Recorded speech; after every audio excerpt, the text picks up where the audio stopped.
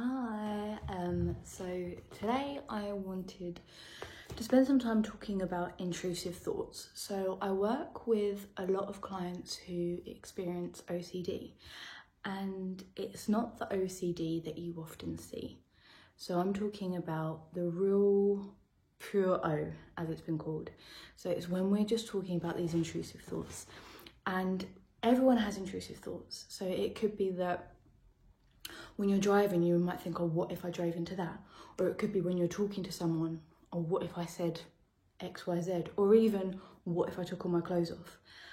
And we have these thoughts, and for people that don't experience OCD, these thoughts kind of come and go, and they don't really bother us that much.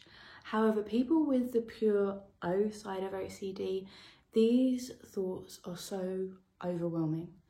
And the thoughts are always about really taboo things. Sometimes they can be sexual, they can be violent.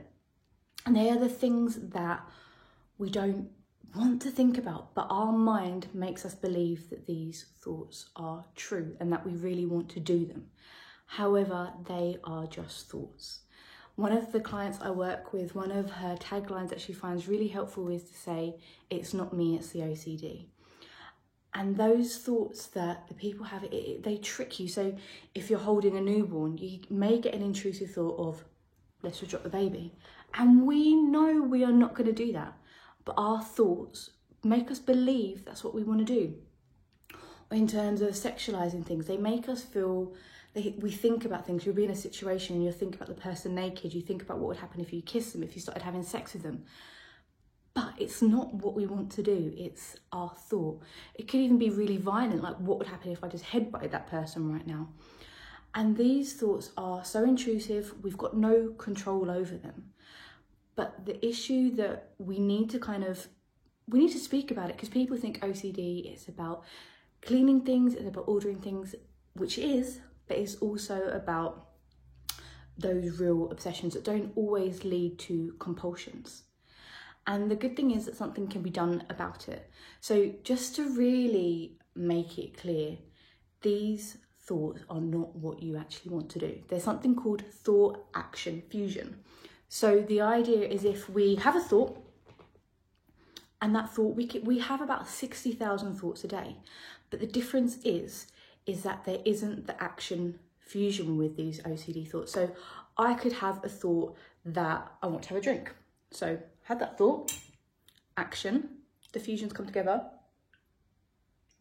and then I have a drink. I've also now had a thought of, I could pour this over my head, but I haven't got the action connected to it, so I'm not going to do it. And that is what it is with intrusive thoughts. There is not the thought action fusion. You do not do something because you have these thoughts. They are just thoughts that come into your head. And I think that is something that we need to talk about, and you need to be aware that they are just thoughts. They can be really, really overwhelming. They can be really, really the most taboo thing that you could think of. Imagine that coming into your head again and again and again. So much so you start to believe that's what you actually want to do, but you don't. And when we look at taking away the power from these thoughts, I often get my clients to say their thoughts out loud. We try and make it fun, so we sing it to either Twinkle Twinkle Little Star, and we say the most taboo things and we sing it at the top of our lungs, or we write them all down, we say it to ourselves in the mirror. We need to kind of make those thoughts lose the power. Because they are so taboo, that's what keeps the power there for them.